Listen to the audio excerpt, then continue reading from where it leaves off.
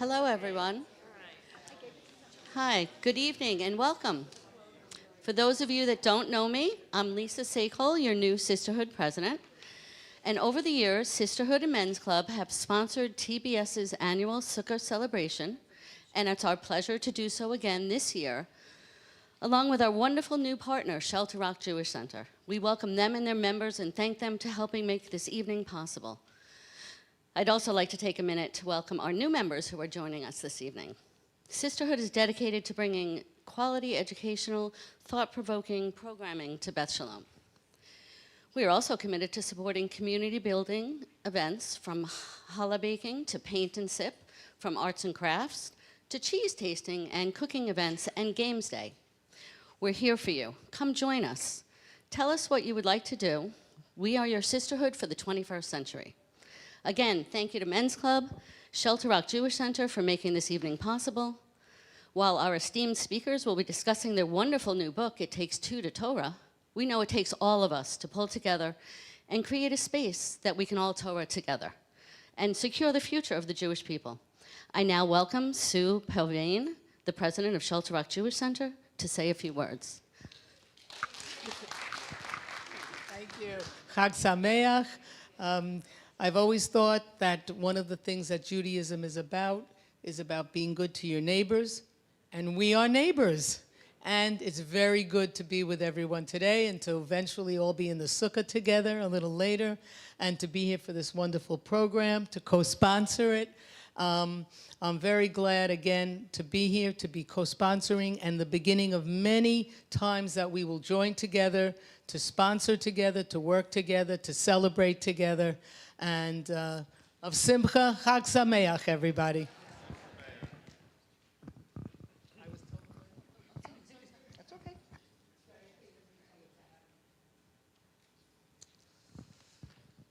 Okay. This evening, we are privileged to welcome Rabbi Dov Linzer and Abigail Pogrebin, who will join in conversation with our own Rabbi, Joshua Ben Gideon, to discuss their new book, It Takes Two to Torah. Rabbi Dov Linzer is the president and Rosh HaYeshiva of Yeshivat Chachov. Okay, YCT, I like that, thank you. An Orthodox rabbinical school and Torah center which promotes a more open and inclusive orthodoxy. A leading Torah voice in the modern Orthodox community, Rabbi Linzer serves as religious mentor to YCT students and its over 200 rabbis in the United States and Israel. He has written for The Forward, Tablet, and the New York Times. He's published hundreds of tshuvot, Torah articles, and hosted several highly popular Torah podcasts. Abigail Pogrebin is the author of Stars of David, Prominent Jews Talk About Being Jewish, and My Jewish Year, 18 Holidays, One Wondering Jew, which was a finalist for a National Jewish Book Award. She has written for The Atlantic, New York Magazine, Tablet, and The Forward, and moderated public conversations for the Stryker Center, the Shalom Hartman Institute, the JCC in Manhattan, and Jewish Broadcasting Service.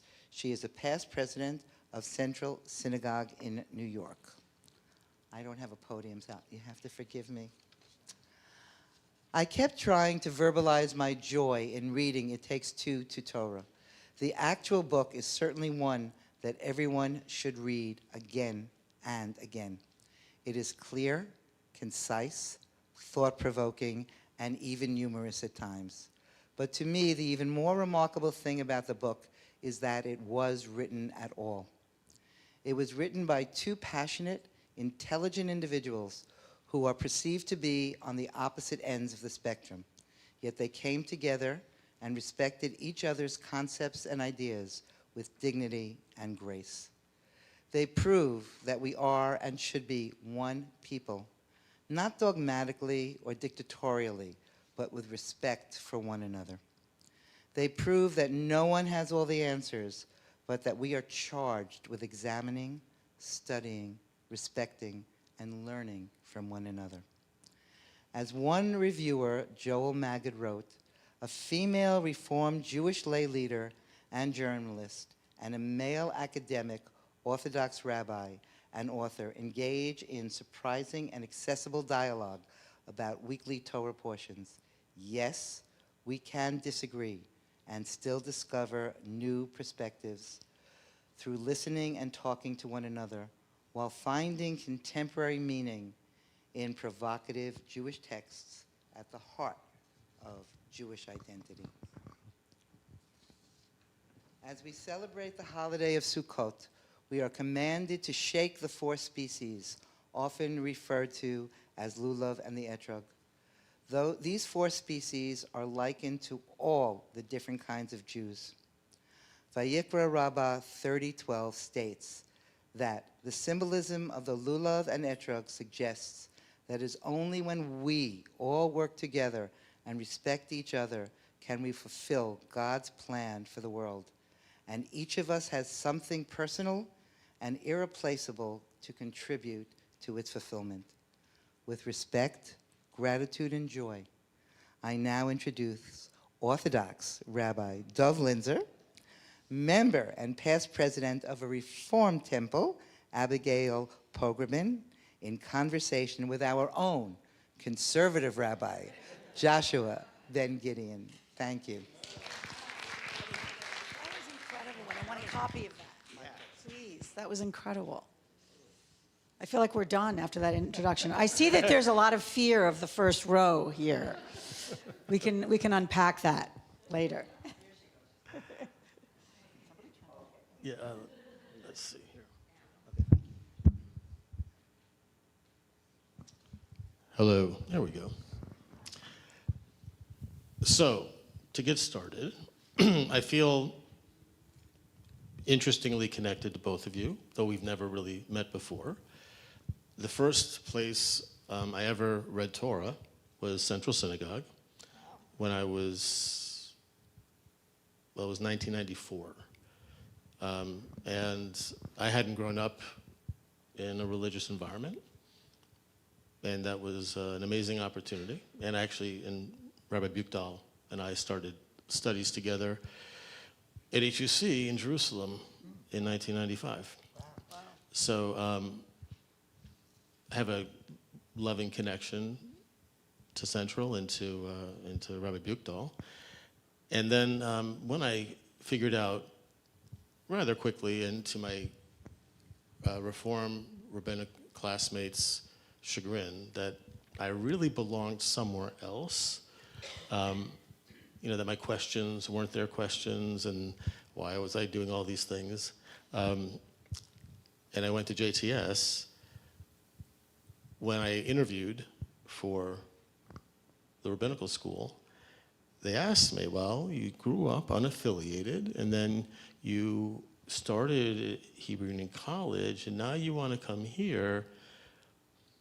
Why don't you think you might then just keep going and go to Yeshiva University or Chovevei? I don't think we existed yet. It was just about, it was like, this is 1997, 98, so it was like just at the cusp. Coming into existence. So we missed you. Yeah.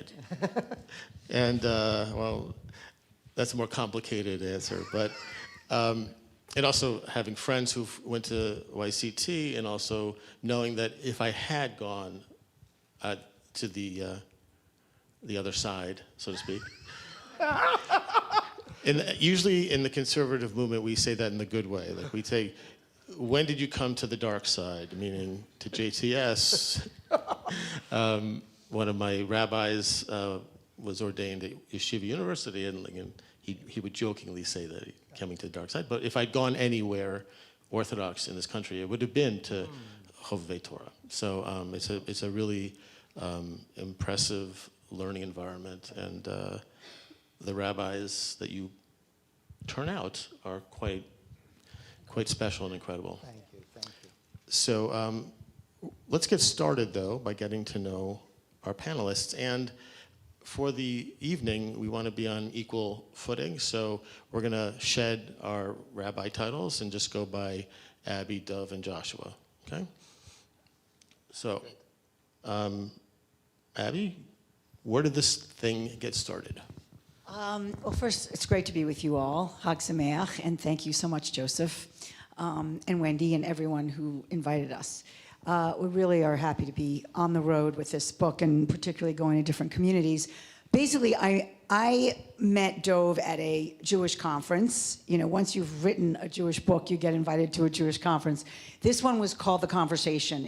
It was convened by the Jewish Week, and it doesn't exist sadly anymore. But basically, they invited journalists and clergy and thinkers, writers, not-for-profit heads to Baltimore for 3 days, and it was kind of that open technology where you sort of say, what's on my mind, what's keeping us up at night, and that's what guides the discussion. And so these breakout sessions happen kind of based on your interest and where you're on Spilkus. And it ended up that Dove and I were just often in the same breakout sessions. And you know, I'm a little bit of a rabbi groupie. I've, in my journalism, kind of just focused on people who kind of make my mind come alive and think differently and challenge me. And Dove really was that person. I mean, he's very funny, although you haven't seen that yet. He looks very serious right now.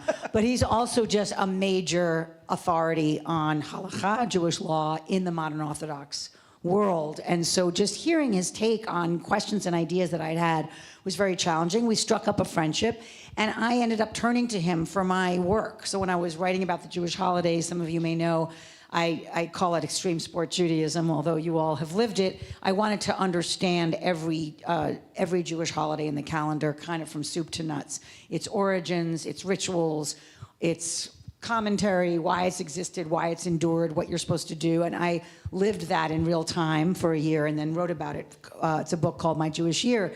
And when it was about to be in the final galleys, I said, I've got to really kick the tires on the Judaism that's in here. Who better than the person who's memorized all of this, my friend Dove? And he very much, it's a huge mitzvah, really read it for accuracy, but we ended up having this incredible chevruta the whole way of, you know, when I said, what about that feather? You know, in the preparation for Passover, we're supposed to take this feather and we're supposed to brush the crumbs out of the cupboard. Where did that come from? And he would say, let me get back to you on the feather. And it's almost Shabbat, and that's going to take me longer. That's not a quick answer. But, you know, as any of you who have studied, I'm not telling you something you don't know. You know, you scratch the surface on something and it leads you to something else and it opens something else. And just these conversations were very alive for us. So, and then when Dove was writing an op-ed for the New York Times, he would ask my advice, and I would say, this needs to be more accessible, and you've repeated yourself, and all of these things. And this was our kind of relationship. And finally, he said, we should talk Torah. And we should talk Torah partly because what we've discovered quietly, we should maybe do publicly, which is, despite our differences, and they are vast. I mean, on the Jewish spectrum, even though I know Jews are a small population, we really are on opposite ends of how we spend our days Jewishly. It's not like some, you know, rainbows and sunsets. We all have common ground, and Dove and I agree at the end of the day. We don't agree on everything, or even a lot. But where we came together was on the study, was on the questions, was on the probing, and was on the mutual respect. It was his idea to talk Torah for 2 years, which we did for a podcast for Tablet Magazine. People really enjoyed it, but they couldn't keep up with it. And they said, I wish it existed between two hardcovers in one place so I can revisit it, so I can read it slower, so I can have a chavruta with it, and that's the book. So I think, you know, what I'll say is that what I so appreciate about Abby is that the way so much of my life until relatively recently has been within the walls of the Beit Midrash, within the walls of the study house. You know, I have been learning Talmud since from a very young age. So I'm like 12 years old or something. Really, my head has been in the Talmud hour after hour, day after day. When I was in high school, I would spend 4 hours, 6 hours a day just focused on, you know, myself with an open Talmud, learning it, memorizing it, absorbing it, thinking about it, to the point where when I would leave the study hall and I would be walking home, I would be so going over the discussions of the Talmud in my head, and I would close my eyes to think about it and remember it, that more than once I would walk into a telephone pole. I kid you not, I actually would do this, and I think that that's a powerful metaphor for a lot of like my life, you know, which was very intense and very deep, but also to a certain degree closing my eyes to things that were around me, closing my eyes to the larger world that was right there, that I could be engaging with, but was getting in the way of this laser focus. And after that, I went to study in Israel. I studied in yeshiva there for many years, the Gush Etzion, for those who know that name, it's called the Harvard of the Hesder Yeshivot. And there my intensity got even crazier. It was like... Wait, are they still calling it that now? What? Right after Harvard. Oh, that's a good point. Nobody wants to be associated with Harvard right now, at least nobody Jewish. Anyway, excellent point. To the point where I kid you not, about 14 hours a day sitting in front of the Talmud learning.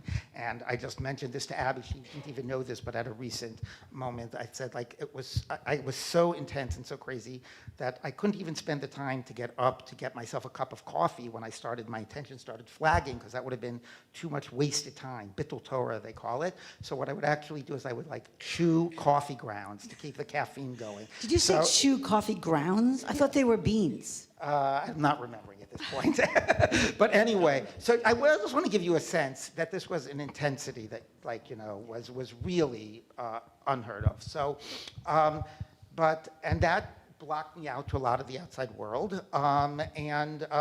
And fast forward, 25 years ago, Rabbi Avi Weiss, who the name probably known to a lot of you, major leader of and defender of Am Yisrael and Medinat Yisrael, he had a vision of starting a different type of a rabbinical school, one that really represented an orthodoxy that was much more open and welcoming, and one that believed in building bridges and not building walls, and connecting, being a place that everybody could create communities that were diverse, that were welcome. At that point, 25 years ago, the big issue was that there would be more of a place for women within the Orthodox synagogue, still Orthodox, still a divider, between men and women, and the mechitza and other halachic differences that are still very much a part of Orthodoxy, but within all of that, a greater place for women, and really a greater place for everybody. And I was at a stage in life where I had opened up to some degree, and I wanted to be part of this, very much this larger vision, and I came on as the Rosh Yeshiva, as the academic head. And even with all of that, though, even though we were training young men who were rabbis, and as you have mentioned, astounding rabbis who have gone out there and done some of the most exciting stuff, I would say, right now in the Jewish community, and they would take the Torah and translate it as a way that was meaningful and relevant to the larger world. That was what they were doing. My world was still very much still within the walls of the study hall. And 5 years ago, I became the president of the rabbinical school as well, not just the Rosh Yeshiva, which really meant I now had to represent the rabbinical school to the larger world, to the larger community. And I think that, combined with the relationship that Abby and I had that went back, as you heard, 12 years, was really pulling me to be moving into how do I make this Torah, how do I think about how it's relevant to the world around us, and not just ideas talking to other ideas and text talking to text, but text and conversation with the larger world. And that's really what Abby, our relationship has been, where if Abby gives me credit for bringing a lot of Torah knowledge and text to the conversation, Abby is always the one asking the really hard and the probing questions and saying, okay, Dov, that's all very interesting, but what does that have to do with what's in the headlines, and what does that have to do with my life, and how is this relevant? And through I think what we both were able to bring created a real magic between the conversation and the relationship. And well, we know where Abby goes to shul, and we know where I go to shul. Which community are you a part of? Well, I live in Riverdale, which is right, and the yeshiva, Chovevei Torah, the rabbinical school, is in the Hebrew Institute, the building of the Hebrew Institute of Riverdale, which is the synagogue that Avi Weiss headed. Avi Weiss is now retired. It's now headed by Stephen Exler, who's a graduate of Musmach of Chovevei Torah. So that is my synagogue. So, so much talking about how my life can be circumscribed. I don't really move more than a 7-block radius throughout the entire week. I wake up, I walk 5 blocks to my rabbinical school. I walk the same 5 blocks to my synagogue. So this part of the story of my life has been getting out of that little bubble. Well, we're glad to stretch your horizon a little bit. And so part of Chavruta is that when we're learning, it's not just a dialogue between two people.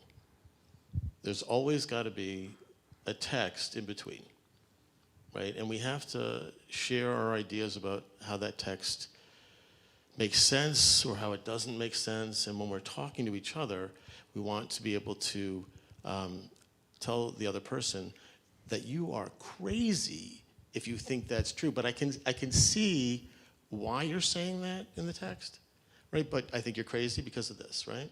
So we have to show that we appreciate the other person's perspective and where they're coming from in a good chavruta. And so let's do that here in a kind of a flip. If Abby, could you tell us a little bit about Dove's kind of religious perspective of faith and of observance and community and everything? Yeah, I mean, I think there's obviously cliches about what an Orthodox rabbi is, and I would say we've all learned that those are outdated and lazy. What I would say that is kind of standard by the book about Dove is that he prays 3 times a day, that he keeps kosher very strictly, that he fasts 6 times a year. When I did that for my book, it was very challenging, and I was fine doing it once, and now came back to 1 a year. Yom Kippur is enough for me. But more importantly than the things that, I mean, obviously everything that he does is important, because I think so much of Judaism I've learned is what you do more than anything else. But it's his perspective on how God is obligating him in every moment. I wouldn't say that means he's a perfect person, but it means that more than I am a person of faith, but I don't consider myself obligated in that same way, commanded. And that's really where, if I was going to put an umbrella over how I'm spending the time I do, and even when we've unpacked these verses, Dove was always bringing God in a way that I would say, like, I was defensive. I said, I know God's in this. And he would kind of push back and say, no, I have to find my way to this being God-given in a certain way, which means it has to be positive. Like, I have to find, it's not necessarily putting a bow on it, but even a very difficult passage or a very difficult story, and we know there are many, he has to find a way to have a positive kind of moral to that story, where I would sometimes say, this is a bridge too far. And that's, I think, something that really pushed me in a kind of amazing way, that even though I'll never be an Orthodox Jew, I think that ship has sailed. What I respect is not just the davening and the commitment and the time, but it's also that he has to look at our inheritance in a way that where I see it more, in a way more from an intellectual, almost journalistic, spiritual place, but not from a place of I am obligated to it. Am I right, Dove? Is that accurate? Yeah, I think that's exactly correct. And I would say, sort of reflecting Please. on Abby, I would go further than Abby, I think, in describing Abby yourself when you said you're a person of faith, because in the years that I've gotten to know you, and especially in this work that we've done together in the book, I would actually say you're a deeply religious person. And I think that, you have been, and you have shared this story, but you have been on your own journey, on your own Jewish path of growth. And it's one that comes from a deep love of Judaism, of the Jewish people, of Torah. I mean, I actually think that if you think about the books that you've written, starting with Stars of David, which is about Jewish peoplehood and Jewish people, and and now we have My Jewish Year, which is about observance, and now we have Torah. We're waiting. The next book I'm imagining is going to be about God, and I know that actually you did a year-long project, I think, for the Forward in 2020, was it, on like why, where is God in the Jewish conversation? So and that it's, so much of your life has been driven by this passion about how much Judaism and Torah and the Jewish people and God means, and how do you connect to it deeper, to the point that I would say, when Maimonides describes the mitzvah to love God, he says, what is that mitzvah about? He says, it should be like a man who, is like enraptured with this woman and totally in love with this woman, and he has to tell everybody about her, even people who are sick of it and don't want to hear about it anymore. And if you love God so much, you just want to share it with everyone. And so much of what you wanted to be doing is bringing this same passion and connection to so many more people. And that also, what I've come to really respect is, sometimes, what I try sometimes to say when I'm talking to an Orthodox crowd is that the Orthodox community sometimes makes a big mistake when it says, oh, it divides people as religious and not religious. What they mean is like people that observe halacha like we do, that gets labeled as religious, and then everybody else gets labeled as not religious. And the first thing I say is actually what you really mean to say is observant and non-observant, because religiosity is something that I think a lot of Orthodox Jews could use a lot more of, not just to focus on observance. But also, even if we're talking about observance, people observe in different ways. And so much of our learning together has been me being inspired by hearing about ways that you observe and the meaning that you bring to some things, like our famous Tashlich debate. We had a big fight about Tashlich. Abby was shocked that I don't like Tashlich. Do you do Tashlich? Yeah. But I think part of the reason... I think the room is with me. I know, but part of the reason I don't That's like why we still do it, yeah. Part of the reason I don't like it is because the Tashlich I was brought up with was all about checking, just checking another thing off the list, as opposed to bringing real intentionality and meaning to it. So. And I would just to say, and I don't know how you feel about this, Joshua, but what's clear and sort of the elephant in the room with our book is that there is an assumption that I'm the less smart person in this conversation. And often that is true. I don't say less smart. I am less educated when it comes to this book. And obviously sitting with you, Joshua, it's like, I don't know what you know. I come with great humility to this conversation. What I hope people are taking is that this isn't pediatric Judaism. That isn't the alternative. It isn't that you're suddenly either in the Beit Midrash or you're suddenly in kind of the kindergarten of Hebrew school. It's that this is all of our book. Many people are daunted by it. I was daunted by it. You have a sense of how do you begin? How do you engage it? We sit in synagogue, we hear the drash, or we hear, the bar bat mitzvah giving their speech. It's often very fragmentary. It's not the whole. You don't sort of live it fully by reading it and then talking it out loud. And I know many of you, I'm sure, have. But I hope one of the things that I am is sort of that sojourner, the traveler, who, yes, had a really great kind of sidekick here to ask anything that came to my mind. But how much of it suddenly comes alive and feels urgent and completely relevant. I mean, we did this book 2018 to 2020, these conversations. So it was post George Floyd's murder when there was the racial reckoning in this country. It was during the COVID pandemic. And you know how many Parshiot deal with disease and contagion and being expelled from the community and when that's fair. And the travel ban happened. So we were talking about the stranger and what it means to welcome the stranger, all of that stuff. And God knows post October 7th, Torah is a different book today after the horrors of that massacre. So we all know this book speaks to us in any moment, but I think part of it is across the lines of not just having teacher and student, but both of us meeting in our questioning. That's beautiful. And turning to the book, looking at the pages, at first I thought, this is a brilliant way to publish a book of a few hundred pages without having to write a few hundred pages. And then I started to read the dialogues. And I think one of the magical things about it is it's very easy to lose track of who's saying what, right? Because you've got your initials there, and some of them are obvious, but oftentimes it's not, and you can just get lost in the dialogue.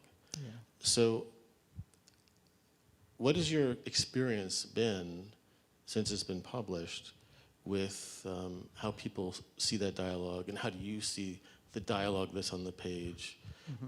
Are there times where you find things you're like, maybe I should have said it differently, or, or... Well, I will say that it's not a transcript. We started with a transcript and then we edited it and reviewed it. So we did have that benefit of, like when you leave a conversation, you're like, oh, I should have said that. So we did have an opportunity to make some tweaks, so it's not exactly a transcript. But I will say that I really appreciate that point, and I don't know if that's been made before, about like how sometimes you lose a sense of who is saying what, because even though like the subtitle is Orthodox Rabbi, Reformed Journalist, we're not like, I don't represent Orthodoxy. I'm not here giving the Orthodox take, and Rabbi is not giving the Reform take. Actually, a mistake I made way at the beginning, I think right in Breshit, the first Parsha, is I said to Abby, so Abby, as a Reformed Jew, what do you think about? And Abby said, I'm not going to answer that as a Reformed Jew. I'm going to answer that as a Jew. And it's like not putting one another in boxes and being authentically ourselves. And sometimes people will be surprised. Abby, here's an Orthodox rabbi who doesn't like tashlich, right? And we were talking about the Mishkan. The Mishkan, right? I was going there about the building of the sanctuary, and Abby was talking about how inspiring the synagogue and architecture and Central Synagogue is such a gorgeous, architecture. And I said, like, yeah, synagogues don't do it for me. What? She's like, you're an Orthodox rabbi, you can't say that. I was like, I really connect better to God when I'm praying outdoors than when I'm praying inside of a synagogue. So I think it's really, we're not there to represent anything except ourselves, and I think that really is part of what you're talking about, that it's not about fitting into a box. I mean, I think, these are, for anyone who hasn't seen it, and that's okay, although it's very affordably priced on Amazon. It's a dialogue. It's a conversation. The conversation is real. Like Dov is right. We kind of fixed the dangling threads, and we said, I love to rephrase this, but we did keep the integrity of the original conversation, because the spontaneity was the point. I mean, you're talking to somebody. And I think that part of what I love when I read it, and this is not to self-praise at all, it's more that I rediscover it when I read it, because it's kind of like you've forgotten almost like a movie scene or a conversation that you had, and then there it is again. And I think we're pretty candid in it. I'm certainly candid when I'm stuck, when I'm offended, when I'm moved. I think I'm a little more emotional than Dov, so there are things that choke me up that I think maybe he's read so many thousands of times he kind of didn't see it quite that way before.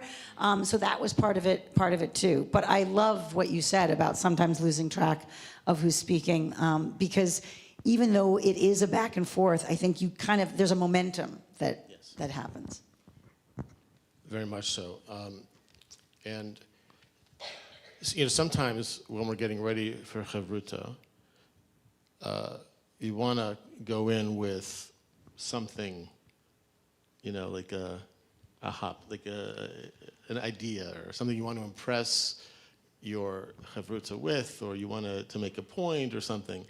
At least in my younger days of Chavruta. How would you prepare yourself?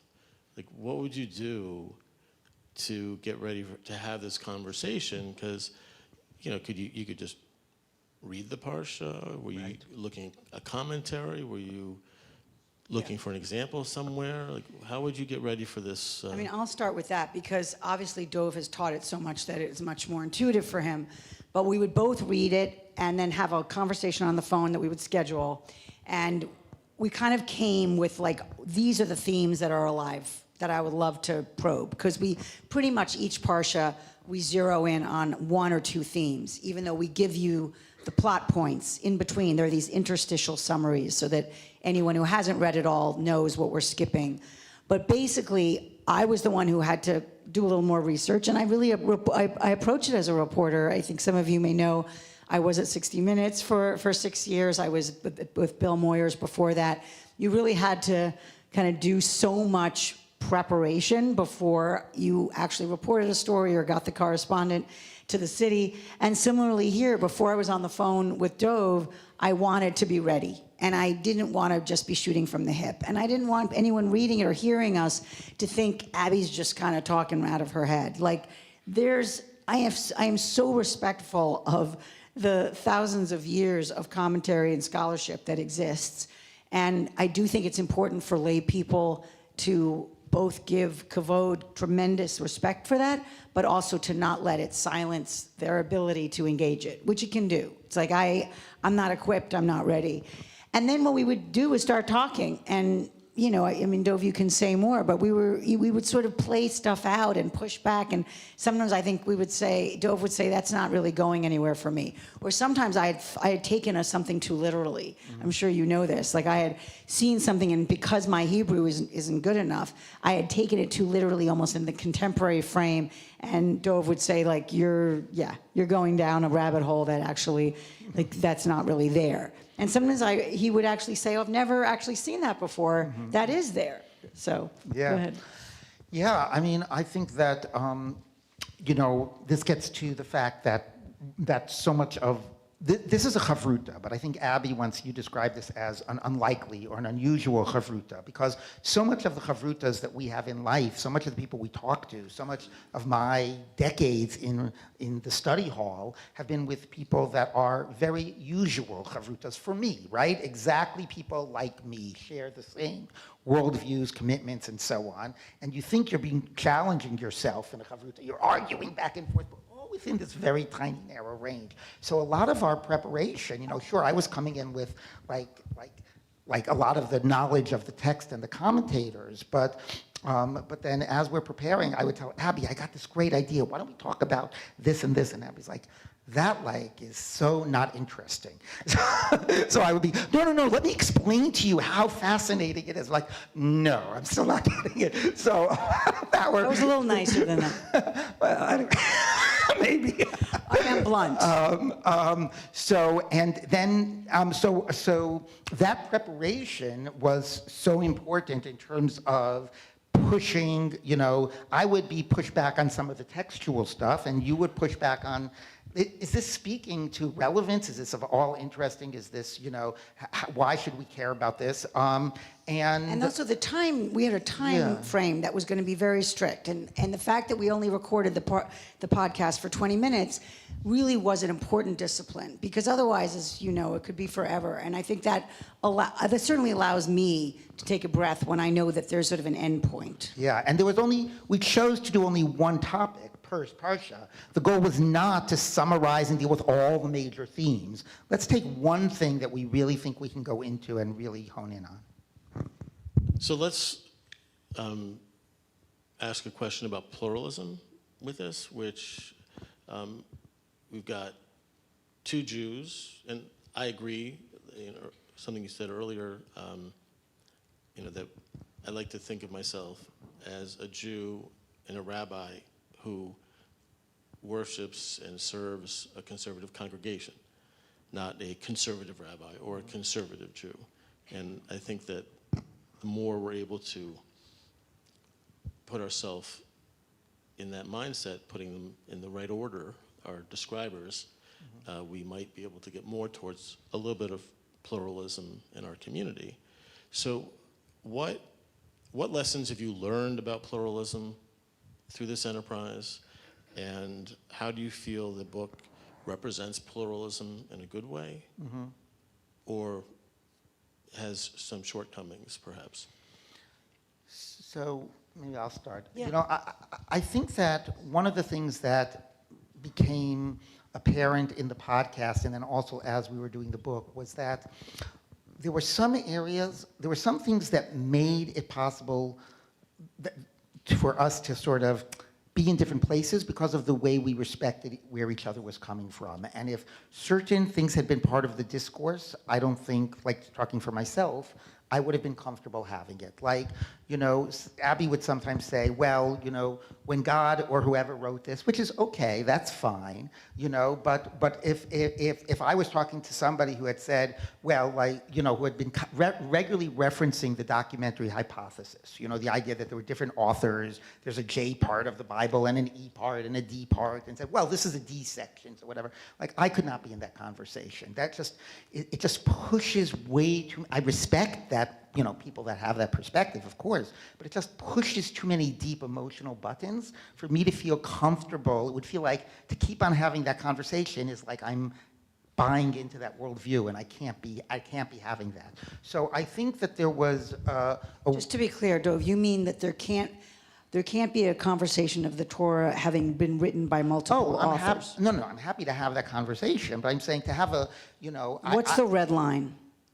No, I don't believe in that. But I would, if somebody wanted to talk about that topic, I could have a conversation about any topic, you know. But to have an ongoing chavruta of an intimacy, a working, a trying to understand what the Torah is telling us, with my partner regularly referencing this other belief system that I don't identify with, right? It just would have pushed like too many buttons. It's If like, I could suggest, only Yes. as part of the JTS rabbinical program is some immersion in the scientific hypothesis.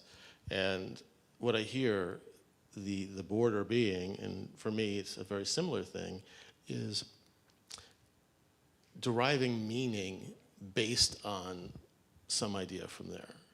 Like, where does it become, like, is it meaningful? but again, Is it I'm happy, impactful? right? But I just think it means like I can be in uncomfortable conversations, but only for for so long, right? You can't have like I think you have to respect what are going to be the the push the buttons and the trigger moments. Like right now, and maybe I shouldn't say this not to get into politics, but if I wanted to talk to somebody about different views about what's going on in Israel, that I could talk to somebody about that. But if somebody was regularly referencing genocide, then I couldn't be in that conversation for too long. I would just get too worked up, and it would not be able to have. So I can entertain, really.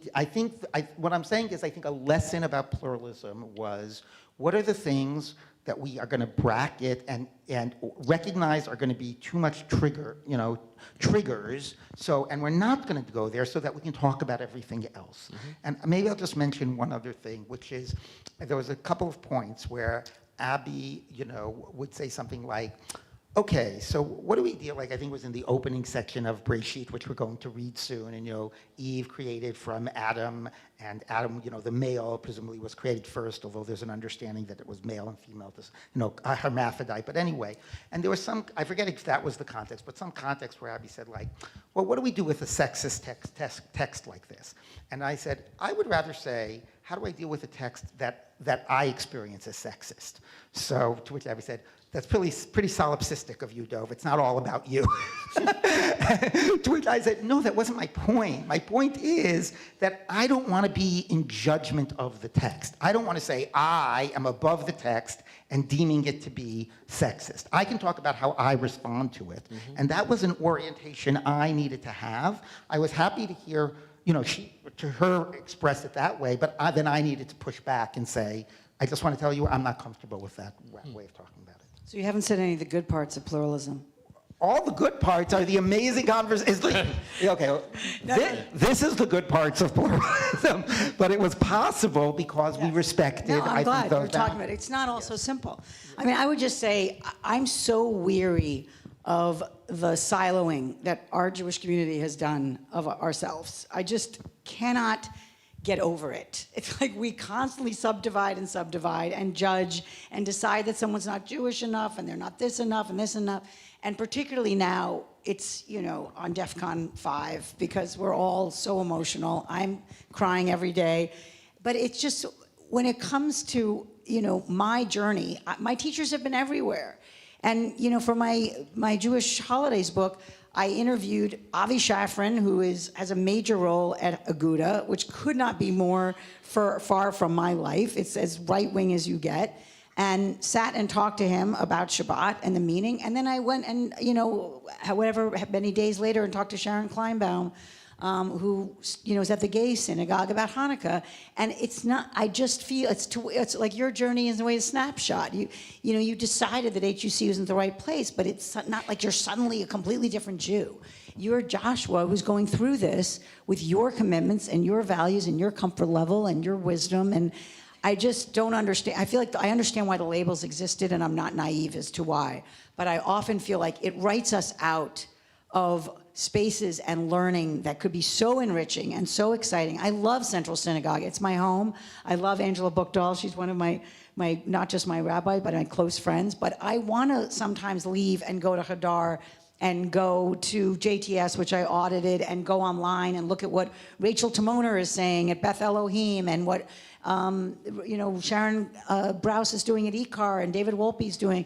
It's just, Dove writes something every week. Obviously, we don't have the time to crowdsource Judaism, but I really believe that part of what pluralism is, and it's a snapshot here, is just how much this will matter to you if you peel it back with someone of difference, and not just someone that is in your family or in your congregational family. So in a second, we're going to delve into an issue of Torah, and then we're going to open up to questions from everyone. And then we get to eat. And then we get to eat, yes. And they'll sign books also. We'll go into the Sukkah for that. I'm wondering, in the Mishnah in Sanhedrin, it talks about chavruta kind of in the idea of metal on metal, right? That when they rub against each other, like if you have a steel and you're using it on a knife, it's productive. Like you can make a sharp edge, or you can bang the blade, right? And you can damage it. And I'm curious if have there been any points where you feel like you've gotten into something where you had to stop because it's going to a place where there might be, it's not working towards something that's sacred, but it's actually going to risk doing damage? Yeah, you do that. All right. Well, this was an area where I thought I had figured everything out until I met Abby. So, which was one of the really hard parshas in the Torah, if you have a type of a modern sensibility, is the Sota ritual, which is in the Naso, the beginning of the book of Bamidbar. And it speaks about a husband who has jealous and thinks that his wife has committed adultery. And the Torah says, with no evidence, just because a fit of jealousy takes hold of him, he can drag his wife to the sanctuary, to the temple, and have her do this degrading ritual. He uncovers her hair, which is seen as a public shaming, and then the Kohen, the priest, reads out these curses. If a man slept with you, all these terrible things will befall you. And there's pretty much an assumption, it sounds like, that it was true. And then they're written on a scroll, and the ink is scraped into the water from the scroll, and dirt is put in the water. And then she has to drink it. And this is going to prove whether she's committed adultery or not, a very debasing type of a ritual. Right, the distending of and then says if she has committed adultery, her stomach will distend, her thighs will fall, all of these terrible things will happen. So, Abby looks at this and says, okay, this is pretty horrific. And I said, well, yes, but I recognize how it seems so horrific. Here's my way of understanding it. And the approach that I offered, which I just want to say, in many Orthodox circles might be seen as heretical, but the approach that I offered, which is based on Maimonides and what Maimonides says about sacrifices, he didn't like the idea of animal sacrifices, and he basically said in the Guide of the Perplexed that even though the Torah was given for all times, it was also given at a particular time, and was given to people who were not ready in all matters for the ultimate, best way of doing things. It would have been too radical of a change. Like the Torah tries to humanize the institution of slavery, but it doesn't and we think it wants to get rid of it, but it doesn't say that we should not have slaves. It took the Western world 3,000 years from the time the Torah was given to get rid of slavery. So the Torah is trying to sometimes set us on a path, but isn't the ultimate end point. Okay, for some people that would be heretical, but Maimonides says it. So I said, that's what I think is going on here. It's a patriarchal society where the husband has, ultimate control. In some societies, he could get his wife summarily executed because of his suspicions. So the Torah says, okay, we can't totally change that deep societal reality, but here's how we're going to sort of ameliorate it. And go ahead and do this ritual. And basically, as opposed to the witch trials, where she's innocent if she dies, here, she's always going to be innocent unless God decides to miraculously intervene. So it's basically like rigged, so she's always going to be innocent, and then they get to go home and be happy. That sort of was my take, to which Abby said, They all live happily ever after. she said, I'm so glad that the husband is now happy after having done all of this to his wife. It really makes me feel really It just great. felt like a contortion to me. And I know that I'm not naive about how things are of their time, but it just felt like there really was no silver lining of, to me, a takeaway that could put any spin on it that you could justify. It just felt unnecessarily degrading, and it felt like there was such a pretzeling of the rabbis, capital R, to somehow justify it, and that Dove was pretzeling as well. So.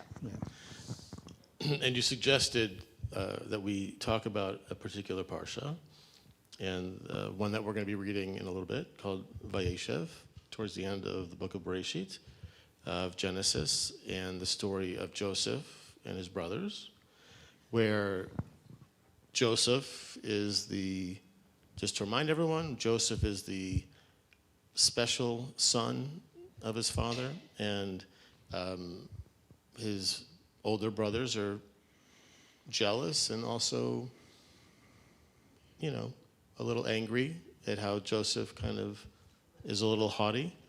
Yeah, a little. And one day, his father sends him to go check on his brothers, and as he's coming, and the brothers see him and say, let's get rid of him now. Let's just take care of this, forever. And Reuven, brother says, wait. You can't kill him. Let's just, throw him in a pit, and, then we'll tell father he's gone, and someone will come and take him, but we'll be rid of him, but we won't kill him, in a nutshell. And you've said, I haven't read that chapter, but you said that you have a profound disagreement about this. Well, I mean, I felt like, I'll start, Yeah. that Reuven really wasn't courageous. That this idea that Reuven somehow has taken a bold step by not killing his brother, and I think the language is that he walks away and then comes back. It just felt pretty tepid in terms of bravery, and that this was a moment where this is your kin, you're watching something happen. It's sort of like a mob mentality, Lord of the Flies moment. You should stand up and do something, and Dove actually disagreed and thought he was better than that. He did stand up and do something. I think, in a world where terrible violence is done because people are bystanders and enablers by being bystanders, and most people feel, well, what can I do, and how can I intervene, and how can I make a difference, and the people there are stronger than me, or whatever. Reuven actually, against 9 other brothers, did what he felt he could do at the moment. And the verse actually says that his plan was to bring him back to his father. So if he would have said, we shouldn't do anything, we shouldn't harm him at all, they would have completely, ignored him. So this is what he felt he was able to do. Now, he failed because he did walk away. And we don't know why he walked away. He didn't have the, the ability to see it through. But I feel there's a problem if we just critique him and see everything he did wrong, because I think he did a lot right. Because he did a lot of good. If he hadn't gotten him in the pit, he wouldn't have, Judah wouldn't have had the ability to actually have taken the next step. But if you think about one of your sons doing that, and just that, would you be like, good job, you did what you should have done, and I'm proud of you? Or would you have said, why did you walk away? That's not the person I raised you to be. And I know they're not all supposed to be models, but it does feel like it's falling short to a great degree. I'm not saying he did everything right, but I think there's always, look, the question is, what lesson do we want to draw from the story? And I would like, it's always like, okay, he did something good, but he really failed, or okay, he didn't follow through, but let's acknowledge, it's always which as the this and which as the but, which is the major message. And at a time where there's just so many people that are bystanders and, passive enablers, I want to, I want to encourage people to take even half steps, because half steps are better than no steps. Okay. The art of what's possible. Yeah. Okay. Well, so you also told me that I had to kind of jump in, which I'm happy to do, or give my opinion. And it'll work well being a conservative rabbi, maybe. Being a rabbi who's conservative. So for me, I think I look to the answer to the next chapter of Bereshit, which has this total non sequitur of a story of Judah, who is a father now. He's a father, and his sons die, and he has to marry that next son off to the same woman because there's no male heir that's been born, and then that second son also dies, and I think Judah gets a little cautious about marrying her to any other of the sons, and so he kind of abandons her. And Tamar, she takes it into her own hands. What she does is she dresses up like a prostitute, and she hides someplace, and she seduces her father-in-law, her former father-in-law, and takes as payment his seal, right? Signet ring and His signet staff, right. So she can prove his identity, right? And lo and behold, it's a little bit of time, and she is pregnant. So word gets back to Yehuda that she's pregnant and she's not supposed to be, having sex with anyone. So this also brings up the sota idea a little bit, because she's being adulterous, it seems. So, and the penalty would be death. So they bring her to him, and he's in this moment, right, when he confronts her, and she responds by saying, well, the father is the person who had the signet ring and the staff, right, thus letting him know that it was him.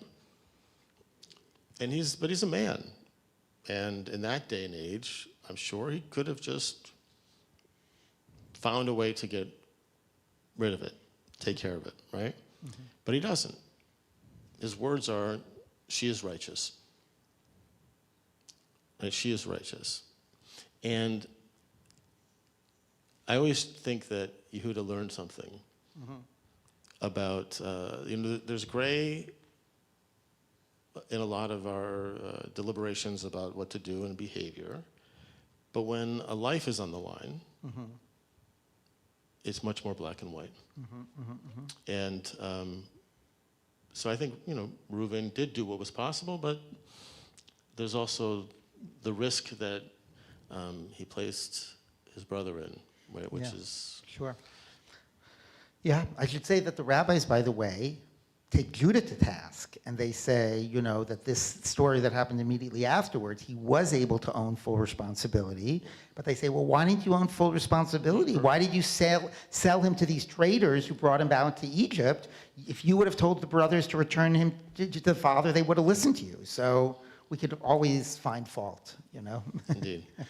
So let's turn it over to questions from the I hope so. I congregation. hope there's a question. Or does everyone really want dessert? Yeah.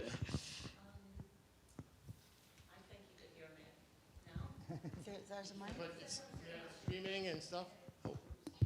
Yeah. There you go. Okay, Vivian. Who are you finding is the audience or the range of audiences for this book? I know you're speaking today to practicing conservative Jews, but what's the spectrum? And also, have you got, especially Rabbi Dov, have you gotten any pushback from any segments? I mean, I'll start on the audience. I mean, basically, there are some who are reading it in their congregations as a kind of communal read where people are pairing up. There are some people I know who are reading it at their Shabbat tables and actually taking, like, one takes a Dove part and one plays me and reading it out loud, which actually has its own life to it. Some people are just reading it on their own, and we have had, literally everyone from the, not unaffiliated to, I mean, I will say the Orthodox are going to read at least, and the, in the sense that assuming they'll get nothing that's new. I mean, that's just my assumption, but that we have those who deign to open it have found it like, oh, I thought that I've sort of read everything, and then you just made me think differently about X or Y. The only thing I would also just say is that when we say accessible, I think that there are so many books about Torah. There are not many that are real-time dialogues. And that has set it apart, I think, for why people are finding curious. They're also very short. So even though people find them dense, I now have learned, I keep hearing that word, that you kind of have to sit with it. You can't just speed through it. But that they read it, for the Parsha of the week or during that week, and then they put it down and pick it up again. Yeah, I mean, I want to say, I think it's not correct in terms of the Orthodox. I find that a lot of people in the Orthodox community are really enjoying it. There are going to be some who are going to say, well, what do I have to learn from, this dialogue? And it's not, it doesn't quote a million sources or whatever, a certain type of elitism. But, we've had somebody who's in my community in Riverdale who, very significant position in the institutional Jewish life, who read the whole book and then gave Abby and me detailed notes, most of the time, why he agreed with Abby and disagreed with me. So, the vice chair of our board, said, so I planned on reading like a parsha a week, but he said, I have a real bone to pick with you because I couldn't put it down and I basically had to read it all in 3 days. So people are really engaging it. I do think maybe some people, will feel, that's the problem. I think too much sometimes in the Orthodox community. If it's not dense with sources, it's like, then it's beneath me. But I think the people that are not like that are reading it and are finding like their worlds opened up and are really stimulated by it. In terms of the pushback, I will say, they're definitely our yeshiva, Chovevei Torah, inhabits the more, as I've been indicating, the liberal end of the Orthodox spectrum. And there are plenty of people who have, in the Orthodox community, have already written us off, who've already said, who are more, what I'll say, more invested in building walls than in building bridges. Not written us off. Not written us off, written Chovevei Torah off, written the orthodoxy that we believe in, an orthodoxy that is about broader engagement and openness and hearing multiple voices and all of that. And they've decided, that's not orthodox, which is fine. If that's not, then I'm happy to leave you to your orthodoxy. But, so those people, are not, would reject the whole enterprise, but they've already, they're not part of the my conversation in general. What I will say was interesting, which sort of came up, which, I hadn't realized that this fear was there until that I had below the surface, until we were being interviewed by a reporter who was saying, so, you're going to be going on a book tour and you'll be visiting, all these different synagogues on Shabbat, Reform synagogues and conservative synagogues. And I said, please don't print that. And she was like, why not? And I'm like, I all of a sudden realized that it's one thing to be engaged in a Torah dialogue, but Orthodox rabbi being at a Reform synagogue on Shabbat, somehow that was I got a little concerned about the type of identity politics and the way that would be seen of as taboo. But I'm glad that she raised it, and because, and I decided to own that. And I said, yeah, it's actually totally important. And right now we have to focus on, on Ava Israel and about not letting these things get in the way. And, but I haven't heard pushback, but I will say I surprised myself to realize that I had that fear that I hadn't been aware of. Any others? Yes. Just to follow up on that question of yours, because with all due respect, it was the first thing I thought of. When I saw you sit down here today. Yeah. Was my concern for your kavod and what you lose for the equation. But so have you actually gained anything in the Orthodox world, or do you anticipate that you might out of Ahavat Israel? Well, thank you for that. I will tell you, I'm going to think about what I gained in the Orthodox world, but I want to use it as an opportunity to share that, when we were in our first synagogue, which was, what was it? Atlanta. In Atlanta, I'm remembering, in Temple Israel. I think it was Sinai. Temple Sinai in Atlanta. It was the first time, I had been obviously in Reform synagogues before, but it was the first time I had been in a Reform synagogue for Shabbat, spent Shabbos in a Reform synagogue. And, they were so wonderful and accommodating, and we dealt with the whole thing with the microphones. I won't bother going into that. But it was clear to me how, not only was this a first for me, but how deeply, deeply appreciative the community was that an Orthodox rabbi was spending Shabbat with them. I don't know if they have ever had an Orthodox rabbi spend Shabbat in their community. Certainly, probably not in decades. You know, that was the sense I got.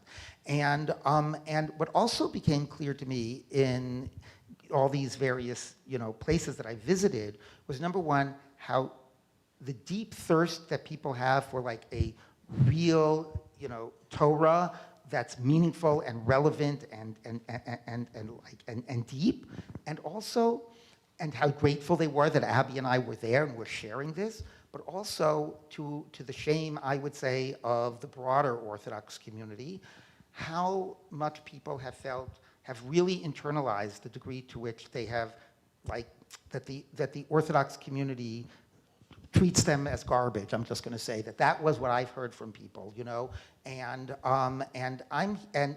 how grateful they were that somebody actually just respects them and, you know, and gives them sort of this dignity and was in conversation with them. So, you know, what I ask is like, and what does the Orthodox community think it's gained from that? Have you brought any people closer to Judaism? What have you done by this complete disregard? So I don't know yet what the answer is about what I've gained in terms of the Orthodox community, but I think there's a lot of tikkun that needs to be done that hopefully, you know, in terms of, you know, and I think that's what my yeshiva has been about, but I think this has been a major step in that direction. So, yeah.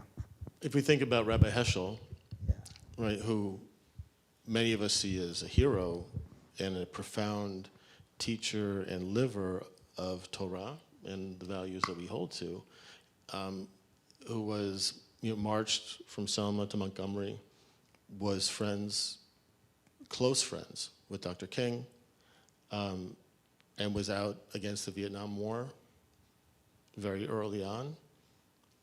And today, he's celebrated in so many ways and honored.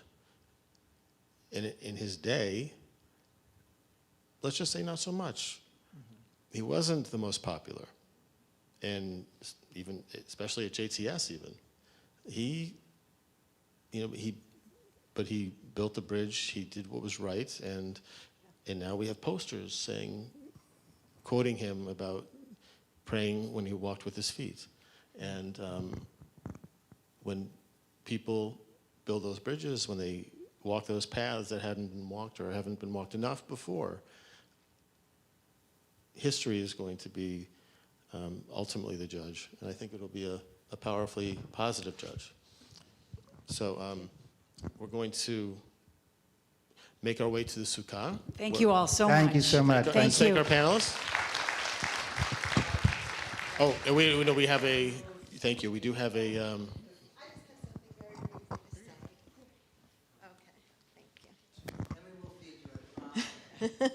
No, I just so appreciate that you've offered us a glimpse into your dynamic approach to Torah study and turning familiar texts inside out and revealing new insights.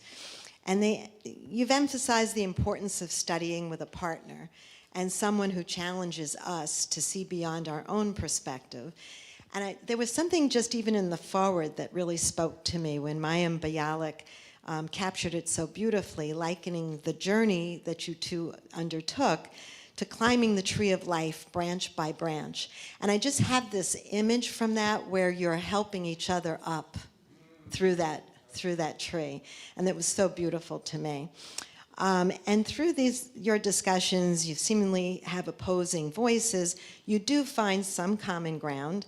And you demonstrate genuine dialogue opens the door to deeper understanding. And in these divided times, we can create chavruta study groups with other Jewish communities. Imagine us doing that and using this book as a guide to foster unity across movements. And imagine meeting with a partner each week, even just for an hour, to explore and grow together. Those conversations have the power to shift perspectives, cultivate respect, and nurture hope. And Yasha Koach to our speakers and to all our listeners, and to those committed to lifelong learning. And please consider reading this book. It might just change your life. And let this be our charge. Engage in Torah study with a partner, share openly, and most important, listen deeply. Through this, may we create new understanding and unity. Adonai Echad, Chag Sukkot Sameach.